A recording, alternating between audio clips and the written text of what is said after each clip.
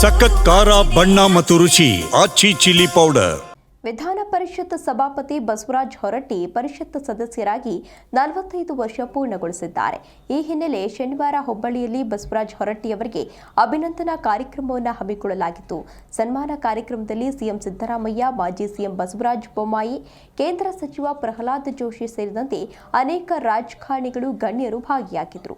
ಕಾರ್ಯಕ್ರಮದಲ್ಲಿ ಮಾತನಾಡಿದ ರಾಜಕೀಯ ನಾಯಕರು ಬಸವರಾಜ ಹೊರಟ್ಟಿ ಅವರನ್ನ ಹಾಡಿ ಹೊಗಳಿದ್ರು.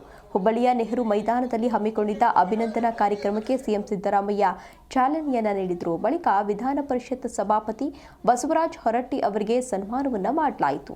ಸನ್ಮಾನ ಸ್ವೀಕರಿಸಿದ ನಂತರ ಮಾತನಾಡಿದ ಸಭಾಪತಿ ಬಸವರಾಜ ಹೊರಟ್ಟಿ ಅವರು, ನನ್ನ ಮೇಲೆ ಇತ್ತ ವಿಶ್ವಾಸಕ್ಕೆ ಎಂದೂ ಕೂಡ ದ್ರೋಹವನ್ನ ಬಗೆದಿಲ್ಲ. ಇಂತಹ ಸತ್ಕಾರ ಜೀವನದಲ್ಲಿ ಅಪರೂಪ. ಇಡೀ ಕರ್ನಾಟಕದ ಜನ, ಶಿಕ್ಷಕರು ಬಂದಿದ್ದಾರೆ. ನಿಮ್ಮ ಋಣ ತೀರಿಸಲು ನನಗೆ ಶಕ್ತಿಯನ್ನ ಕೊಡಲಿ ಎಂದು ಪ್ರಾರ್ಥಿಸಿದರು.